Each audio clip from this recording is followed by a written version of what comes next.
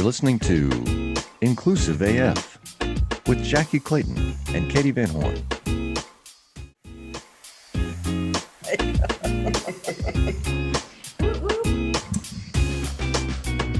Hi, Jackye. Hi, Katie. How are you?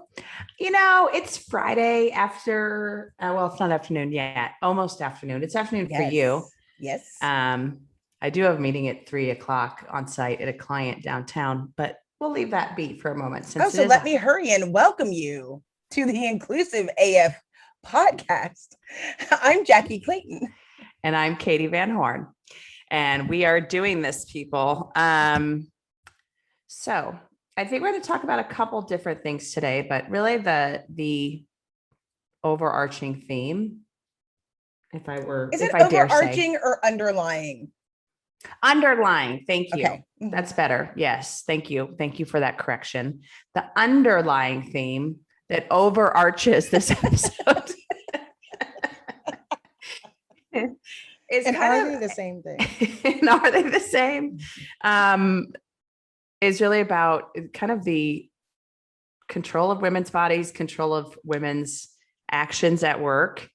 And the first thing that I would like to dive into, if you will indulge me, Jacqueline. Absolutely. Is I was recently on a Facebook group it's like a women's tech Facebook group. And the question was asked by one of the women in the group. I'm pregnant, you can't tell that I'm pregnant yet, but I am pregnant and I'm interviewing at a new organization. Should I tell them or should I not tell them that I am pregnant? What say you to this question?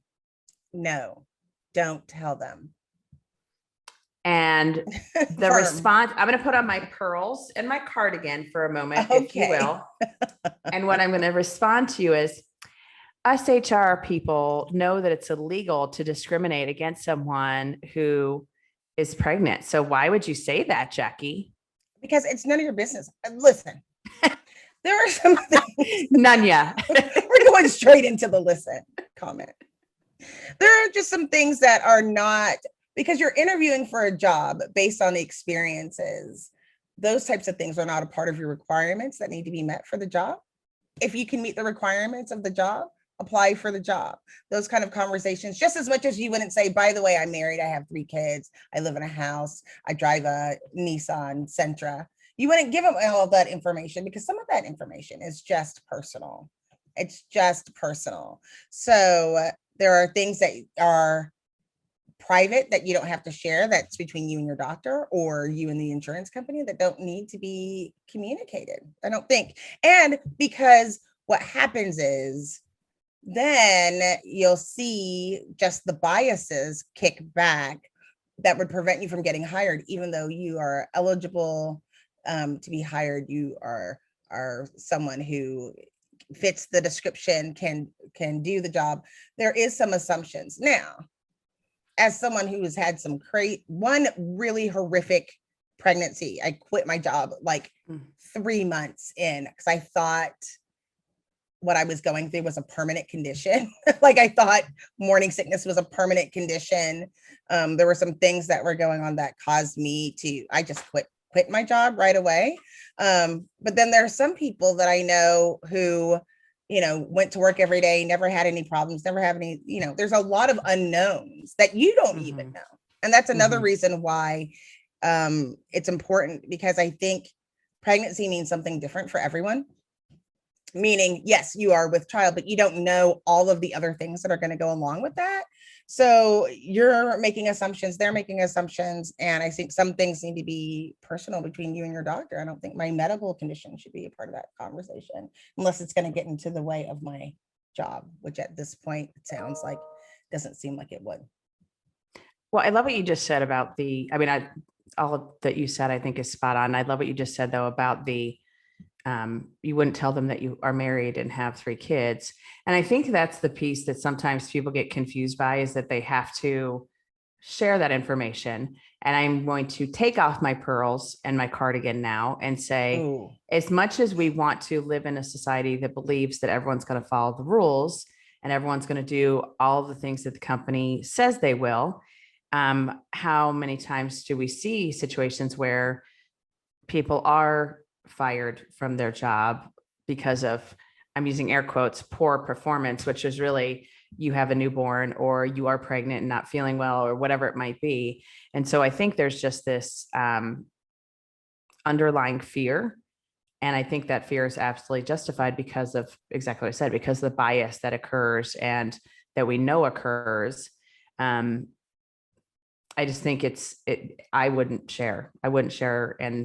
And it's kind of it's not like you're tricking them or it's none of their business, to your point.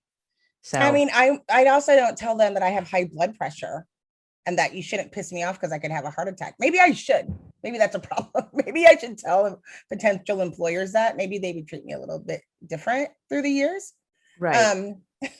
But Well, I just feel like I don't think some of the things that we do is always to think, like, would a man say, oh, my wife's expecting a baby? And would that affect anything? Historically, that is part of the reason why our salaries have been imbalanced, because they're like, oh, well, men have to take care of a family and women don't.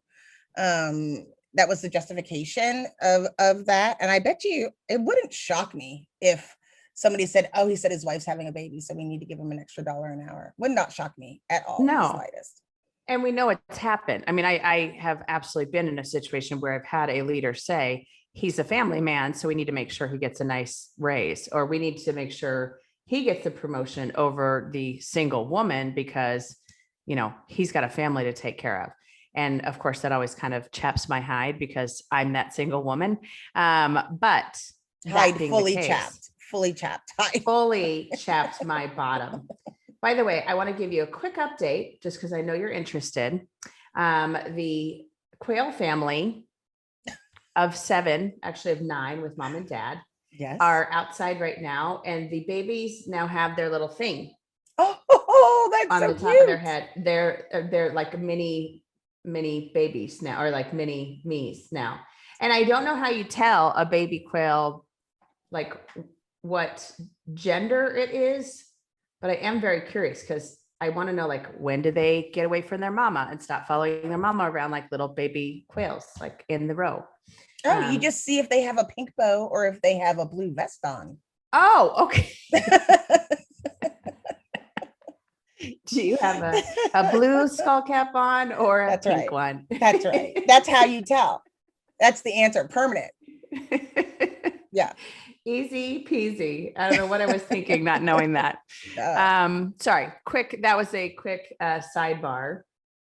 But no, that was one of the questions that, like, I think it comes up more often than we think, is just like, do you tell that? Do you tell the prospective employer? And I agree with you, like, it shouldn't matter.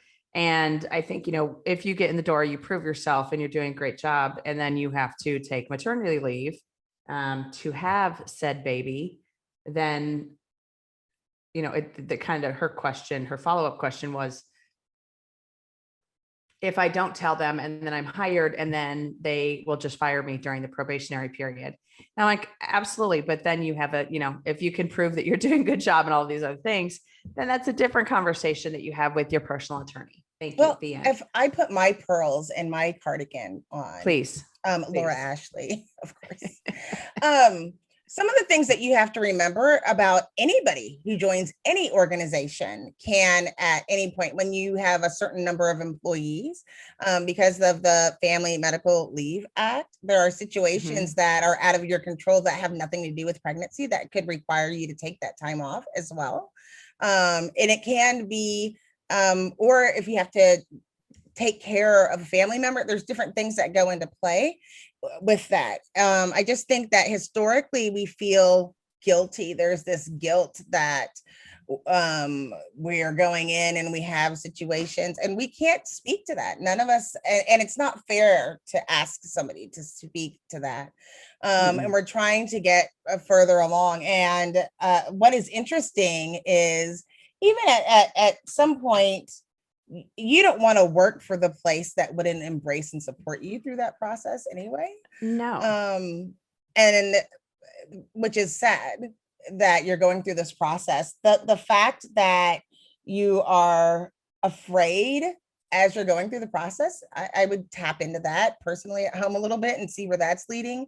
If I think that the organization wouldn't say, oh, come on board, and by the way, that's really awesome, now we get to have, you know, a baby shower and we can support you, we'd love to have children here or whatever, to being like, oh, I'm terrified because they're not going to hire me, that could be a sign of something else. I would dig into that a bit and see if that also means I also shouldn't tell them anything else if I can't be my whole self. Right. Yeah, whatever your perception isn't going to get better with time. Right. Oh, You know? and PS, you people, can we stop saying bring your full self to work? Y'all don't want my full self at work. I do. Oh, that's so nice. No, I don't want to stop saying that at all. I want their full selves. I want to say their full professional selves that you're willing to share comfortably. That you're comfortable sharing. Of course. Yes. But I think it's also, that more speaks to whether the environment is truly inclusive or not. Like if you're not comfortable sharing a part of yourself, that speaks to the culture. Well, I just tweet it if I'm uncomfortable. There you go. Just to make it really. I'm really uncomfortable at work, and here's who made me uncomfortable. The end. XOXO Jackie. That worked out for you. I think I find it really funny how people are like, oh my God, guess what happened at work today? And you're like, literally, like, this microphone, this is a hot mic. This is a hot mic. We can all hear you. Yes. And so I would keep that in mind, that as soon as you become, when you go to an organization, people start looking you up online. So it's only a matter of time that you can hide this. Like you saying, oh, and I mean, the universal you saying, oh, I'm not going to tell my work that I'm pregnant. And that you're just one Google search away from it, your baby shower or some reveal party, and everybody finds out, right? So they already know a lot more about you than you probably think. They're making a lot of assumptions and biases anyway. Based on your marital status, based on where you live. People are going to make those things. That's why it's important to bring, especially as you're going through the interview process, that an organization is focusing on the actual skills for the job, and you need to stick to the actual skills for the job, and then later be able to dictate where that relationship leads. But we forget that work is not a social club.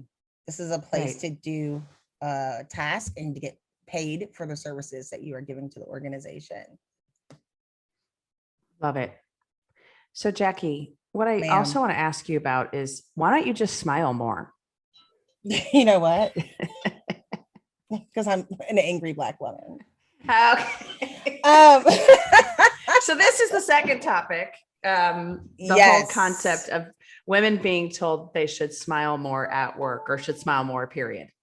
Yeah. So I know I've heard it happen a lot, especially because we're in the Zoom world where it's like, oh, I mean, what's even worse is first they're like, turn on your camera, I want to see your pretty faces. And you're like, I didn't even floss. Like, dude, please. And then it's like, oh, everybody, let's smile.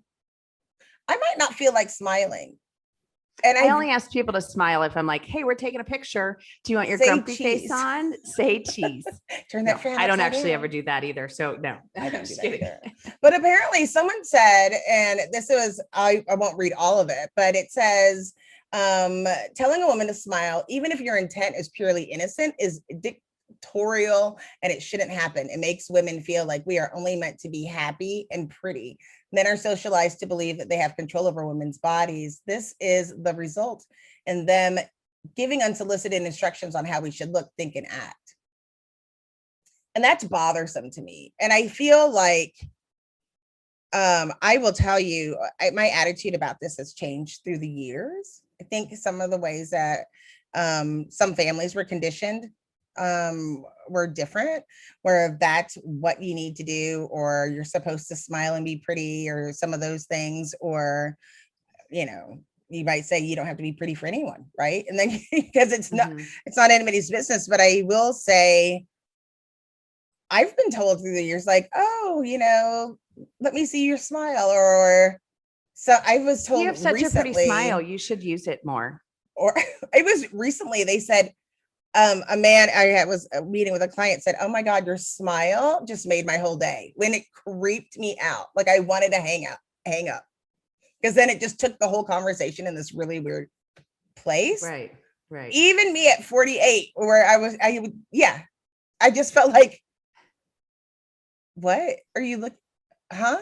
You're like, no. I couldn't even talk anymore. I was like Right. dumbstruck. That's not the word we're supposed to say, but I felt like I didn't know how to respond. It was really hard to get back focused into work. Well, and I think it's also like in that regard, I feel like it's almost like it's distracting from the conversation. And it's also like, what are you, like, to me, it almost feels like what are you hiding, or what are you trying to distract me from that Like, you're are you doing? flirting with me? Yeah. Like, where are you going with this? Cause, and maybe that's super cynical. I'm sure it is super cynical, but Amber alert. it's very interesting. Everybody okay? I'm okay. Okay. We're good. I think the next time someone says, "Oh, your smile's really pretty," I'm gonna say, "You want to go on a date?" Just to make it really awkward, cringeworthy. You're like, "You're pretty hot. You started it, so now I'm gonna wrap it up, sir." You single? Because I don't think it's appropriate. I've never heard a man say to another guy, "Wow, you've got such great teeth." I do. Are have those great bonded? teeth. I don't. I have that whole rib accident. I see. I don't think. Okay. We don't need to talk about this on podcast, but Jackye has weird thoughts in her head about certain things. I don't agree. Chipped a tooth. In case you didn't know, sometimes we do disagree on things. Yeah. Usually it is body image issues, to be honest. Yeah. Personality. Oddly enough. Whether I'm worthy enough. Totally fine. But when it comes to like body image and worthiness, then we fist fight. It's great. It's a great friendship we have.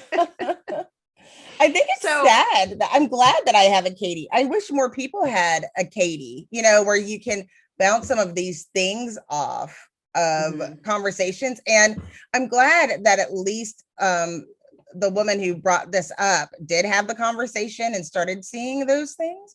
And I think a lot of times so in the work, especially with talent acquisition, I'm always taught within the diversity realm, we're always talking about bias.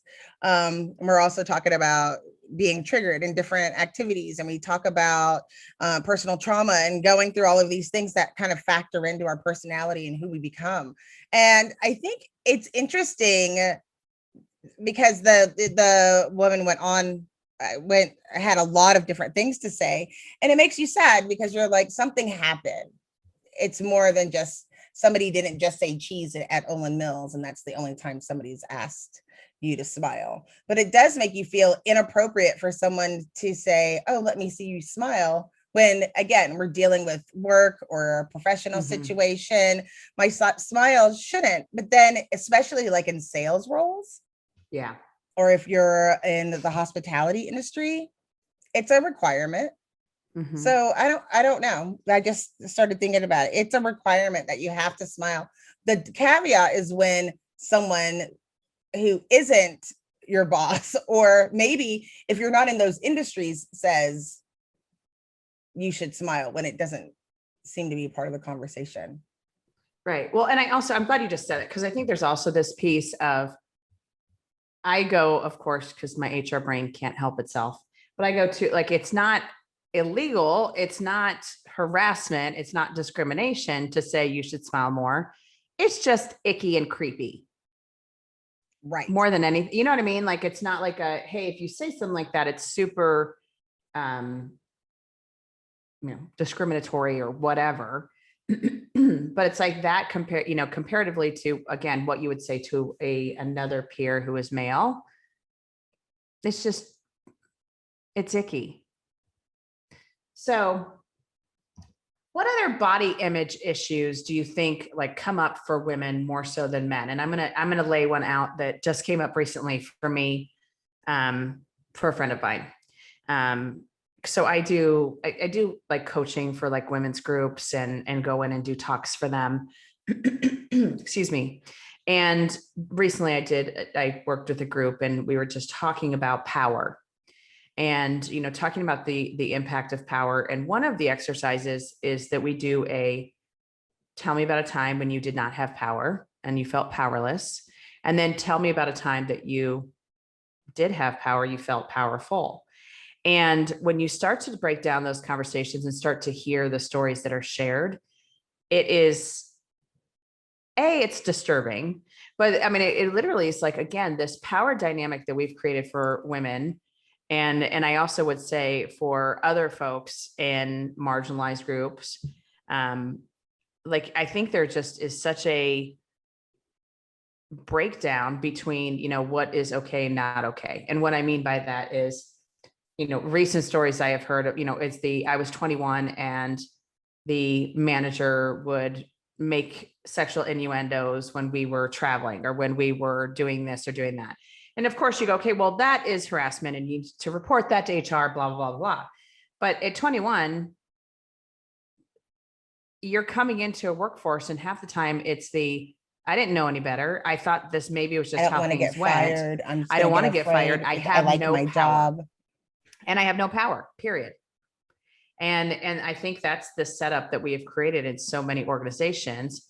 And again, I'm not talking about having male leaders who are great and do an amazing job. I'm talking about those folks that are in our environment, that we know are in our environment, that we warn other females about, that we, stay away from as much as we possibly can, because we know they're going to say something or do something that isn't okay and might be just creepy, or might, cross that line to harassment, etc.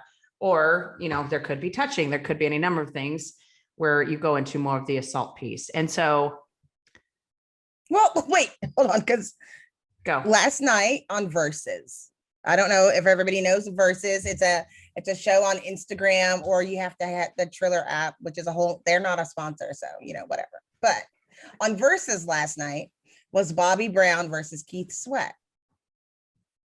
I know that's a whole nother, that's not even a show, but we can. I don't even know if we can do that episode. That's like next level. No, not even, but it was just throw R. Kelly in there too, and we'll have a party. Then my husband, Mr. Clayton, said, wow, Keith Sweat, that didn't age well, did it? Because we were like, I think that's harassment.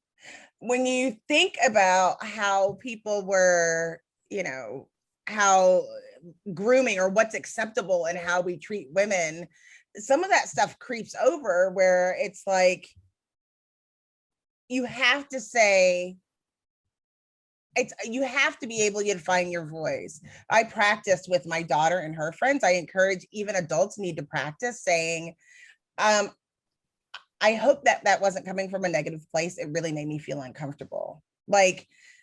Or find the words that you feel comfortable with so that when it does come up that you can speak and have a voice, because all too many times when it does come up, you're not ready. You're not expected. And if you look at all of the stories with like Harvey Weinstein and Me Too and the Me Too movement, it's like you weren't ready. And so it's a benefit to learn to listen and do all these things. And so what we were laughing at, there's this song where that Keith Sweat has that's called I Wanna, and he just is like, it's literally begging a woman to be with him for like 5 minutes, right?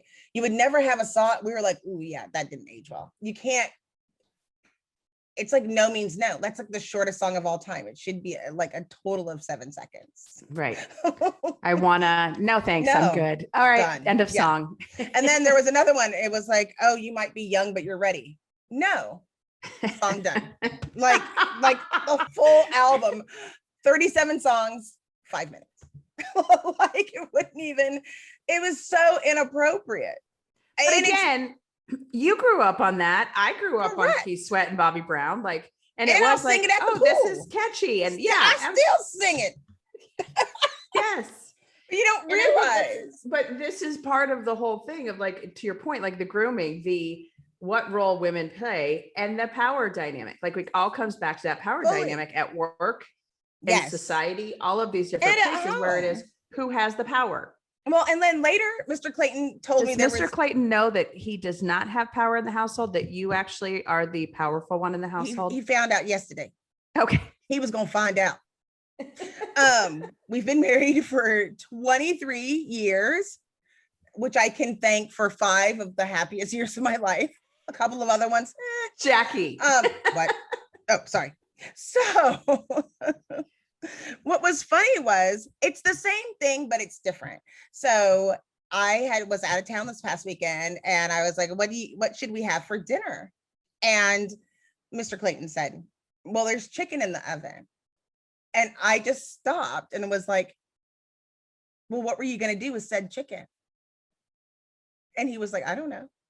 And I was like, was that a gift for me, the chicken, so that I could determine what to make with it? And he was like, and then reality hit.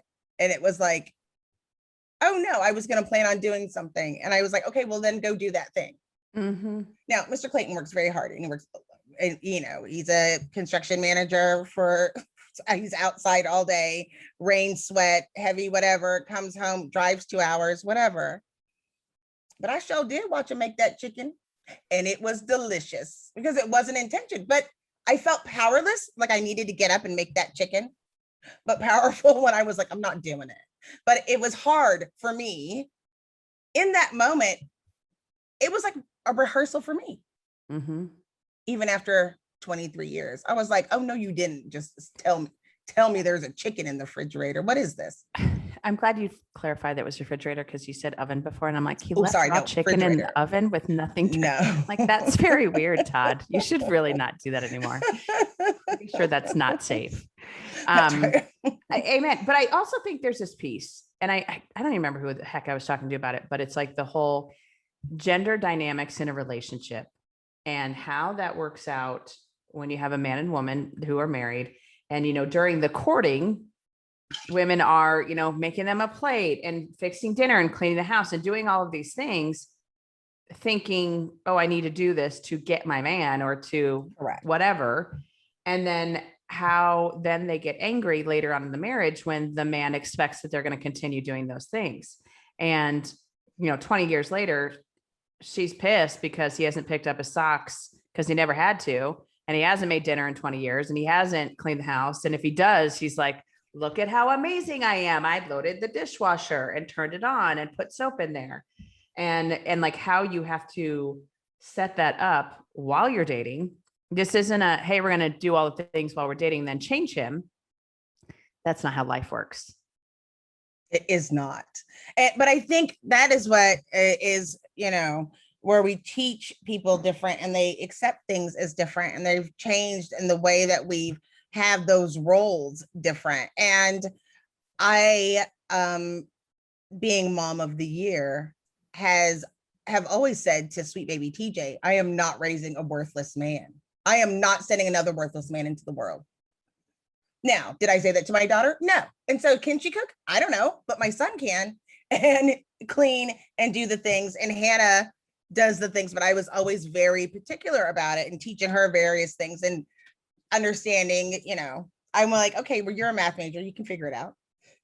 But it was very important to me that you don't send this person into the world when you have these children. That's for the first person. When you have these children, to try not to set up norms that you've created. Mm-hmm. Like Absolutely. They will help you. And I think we need to, when you start having that control over yourself and have those quiet moments where you get to decide, you need to make sure that you have your boundaries, and because all of this is set up about your personal boundaries and at what point do you allow something to creep in. And it's okay to not cook if you don't want to cook, or it's okay to have those things in mind, but it's not okay to say, well, you're the man, you do this, you're the woman, you do this. You should have conversations about that to make sure that it's balanced. It's never 50-50. Likewise at work, it's never going to be, you still have more power than you think. I think most employees have more power than they think they do at work. But you have to find, and we talk about this, about just finding an ally, like having an ally at work. You have to find your ally so you can have conversations at work where you feel safe if you, for some reason you feel unsafe, or just to get the lay of the land. And that's what's weird, is that where do these norms come from still in 2021? Is it? Yeah. Yes. Why is this still the case? Fix it, Katie. I'm trying. Okay, and I think that's exactly right. It's this like whole idea that this is just the way it is. And, you know, and if I have one more conversation about the good old boys club, or that's just, you know, that's just Bob, that's just how he is. And you know, it is at this point, I have to really check myself. I actually had someone the other day say, so are you muted? Or because I was like, I have to mute myself right now because I'm about to spit fire. And I think that's a part of it too, that folks don't get, is what impact that actually has in the workplace when you have that good old boys club and you have these norms that are just, this is just the way it is. The men manage and the women they take notes, and they're the admins, and they're this and that and the other thing. And I know, I mean, and I'm saying this with also knowing the fact, and we all kind of know this, that, you know, your admins are usually the ones running the company for the most part anyhow, in a lot of ways. And I don't say that lightly, like admins have so much power, but I also think there is this, it's like in tech, so many women who start out as engineers, as coders, are pushed into program manager roles or project manager roles versus staying on that individual contributor. I'm going to become a principal engineer. And it is so interesting that is just like, that's what's expected. So that's what happens, versus let's push those boundaries a little bit. Anyhow, so let's shift slightly, because I mentioned earlier about kind of, you know, when you're in your 20s, you don't know any better when you're coming into a work job. And how does that shift over the decades of your life? I will tell you, it's so funny. The 20s, you're so excited. I remember the first time I made 40K and I was like, ooh, steak and lobster and let's go to Tiffany's. Every day. Right. Like, woo. Oh, wait. And they're like, or wait, okay. I still have to pay bills. Wait. Yeah. My bad. And then in my 30s, I felt more sure of myself, but I didn't feel like people were taking me as seriously. I realized once I hit my 30s that people hadn't been taking me seriously. Mm-hmm. I was in a really weird, hindsight, really weird position. When I was in my 20s, I worked in IT as a business analyst, and I was responsible for being on the teams that implemented new software. And I think back now, and I know somebody hated me because I would just like bebop and be like, oh my God, guess what we're doing? We're implementing email. They'd be like, what's email? Oh yeah, we're getting rid of interoffice mail. And now you're doing it on your computer. Isn't that great? I mean, like, and they were just terrified. And I thought it was the coolest thing. Later, you have a little bit more understanding of the responsibility of your work, how it impacts the overall business. When you're in your 20s, you're still kind of in your head where it is individual. You're thinking of your role and your paycheck and your money as you develop in your career. And it's not necessarily 20s. It's as you develop in your career, you realize this is a part of a bigger picture. How do I interact with the other organization? Members of the organization, and how do we interact as a team? And then you start realizing that you have to ask for more things and step up and be heard. Whereas as you're younger, you're more willing to be told. And I think you're trying to make some of those other decisions. Same? Yeah, I agree. I think in just the 20s, I also think, to your point, there's like this very myopic view of your world. And then I think as you start to move into your 30s, there is this, oh, what's going on around me in the world? And I know that we're in a kind of an odd time in history because people are much more focused on what's going on in the world than they ever have been before. Oh, for sure. And which is a good thing, I think. But like in your 20s, you're still in the, hey, do I have enough money to pay for tacos at 3 a.m. after the bar? And am I going to make rent because I went out and bought those shoes that I probably shouldn't have and don't really need? You're not thinking about how am I impacting the world around me and how do I need to help? So, and I agree. I think that shifts a little bit in your 30s too. You're having broader scope. And there's also like from a business perspective, there's also in the 20s, I'm making the widgets. That's right. And I'm excited about all the new things that I'm going to take over the world. In your 30s, it shifts a little bit to, okay, what is this in the bigger picture? Like, There's how other do people I who help? make widgets. Right. And how does my work impact the bottom line? Right. And I know, and I'm going to sidebar here for a moment. I know HR always does well, we're a support function. We're not a money-making function. And that I challenge that every time I can, because of all the decisions you have to make on how much money are you paying for a new hire? How much are you saving the company from lawsuits and other type of claims, et cetera, et cetera? How are you making sure that you have pay equity so people don't leave? And how are you making sure that you create an inclusive environment? So anyone says that HR is the support function, punch them in the nose. I give you full permission, or the throat. I always like a good throat punching. I like a good throat punch. Yeah. I do not advocate violence, but if it's necessary for the situation, I'm going to let you make your own decision as an adult. That's right. Thank you. Thank you. Okay. Now let's move into our 40s. Ooh, something happens right around 38 where the no's come out. It just turns into the year of the no. And it's when, it's the moment when you're like, someone will say, so Katie, can you stay after work to do this thing? And you're like, I'm not doing anything. No, you're just like, no, because that's not my choice. Because you've given some of those energy and things to things that had nothing to do with your personal life. And you realize, wait, there's got to be a balance. And I think right in your 40s, you start thinking more about what work-life balance is, right? And that's for you, because you're like, this isn't going to last forever. I need to be able to nurture me. And you also realize that the people you work with are really nurturing the company. They have your best interest as long as it will ultimately benefit the organization. Even if they love you and they do all of the things for you, don't get it twisted. It is to make sure that we can be the most productive and the happiest that we can be to continue going, which we both need, but it is a symbiotic relationship at best, but it's mostly one-sided because they do have the majority of the power, because without that, but you realize that you have control over yourself. You start looking at the things you can control. Absolutely. And I would also say like 40s for me was also this point where, and I'll give you an example. I was always the person in my 20s and 30s, because I am single, don't have kids.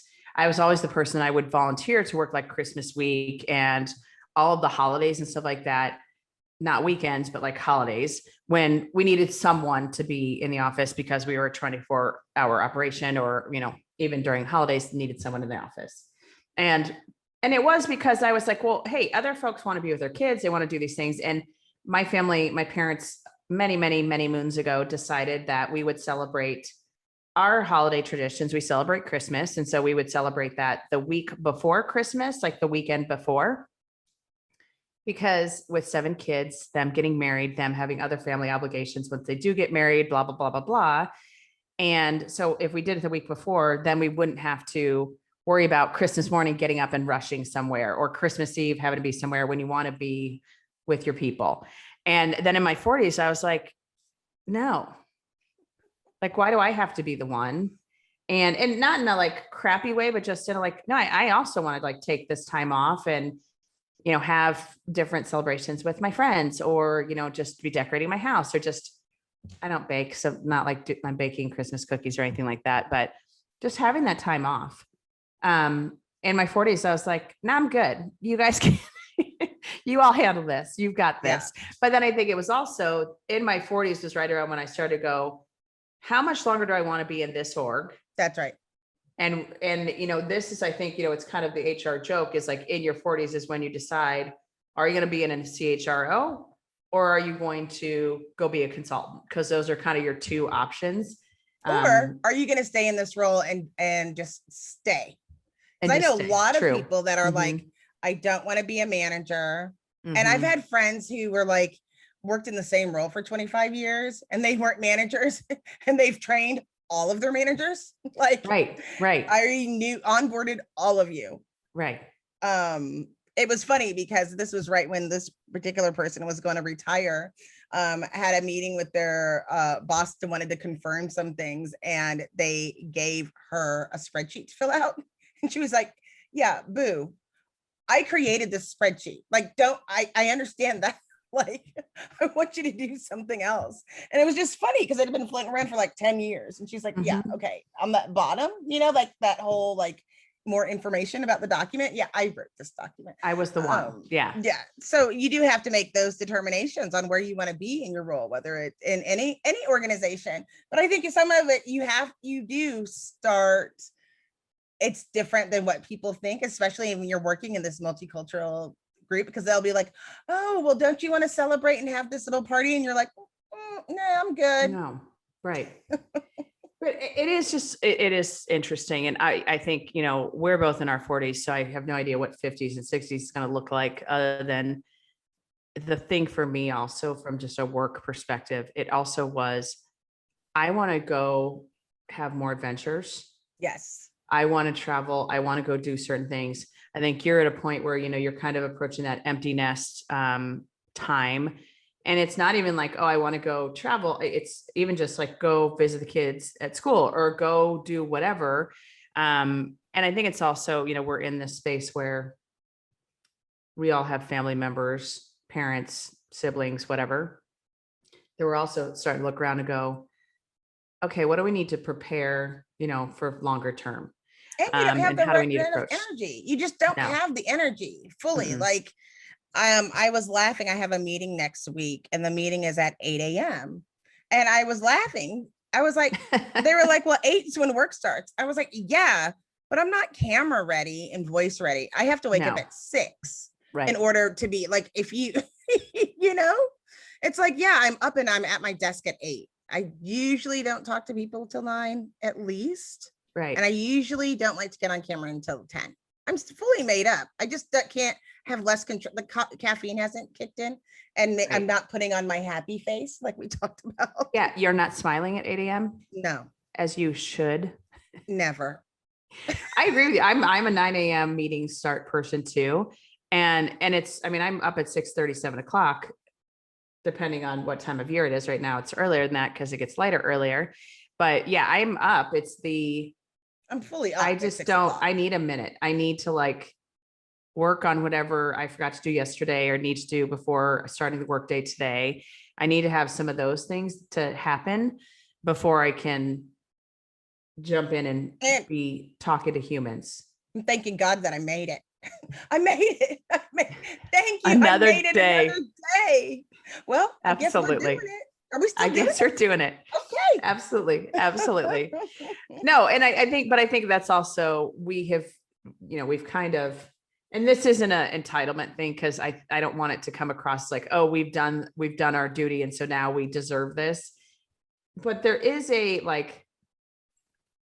how many hours, how much time have we put in to get the knowledge set that we have, the skill set that we have, the credibility that we have with our peers, with our, other humans that we're surrounding ourselves with, that they know, oh yeah, Katie doesn't want to meet until 9 a.m. or Katie won't meet after 3 p.m. or whatever. That's not me, but whatever the thing is.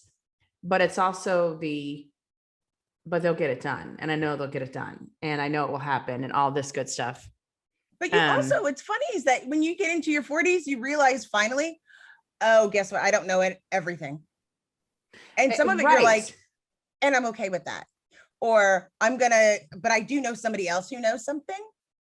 You see a lot of that collaboration where you're okay with those things, but it really did take until late 30s, early 40s before I was like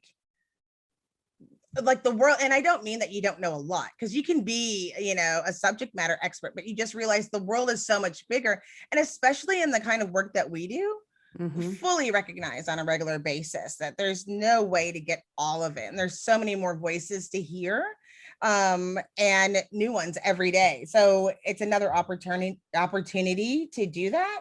And we're not as quick to try to make a name. I think when you're younger, you're like, look at me. And then, but more sharing at this point, because you realize, which is also why people push back and they're like, oh, you think you know everything. And you're like, no, I'm explaining to you that I know you don't know everything because Right. I don't know everything. I'm sharing what I know. Let's keep, Right. But yes. And I also think there's this piece where I feel less competitive now than I maybe did before. So it's also, and I think Jenna Kutcher, I am going to kind of quote her or quote one of the concepts that she's talked about on her podcast, which I don't listen to anymore, but I did. But she was talking about the fact that she was a wedding photographer and she would go and like hang out with other wedding photographers and they would learn from each other. And they had like this little group, they all got together and it was along the lines of, hey, no matter what, we're all going to do this differently. So even if I share all of my secrets with you about how I do this work, you're still going to do it differently than I do. And so there's no longer this, I mean, and I do share so much more with folks. Like I was thinking about, someone has been trying to get me to write a book and I'm like, sure, you bet.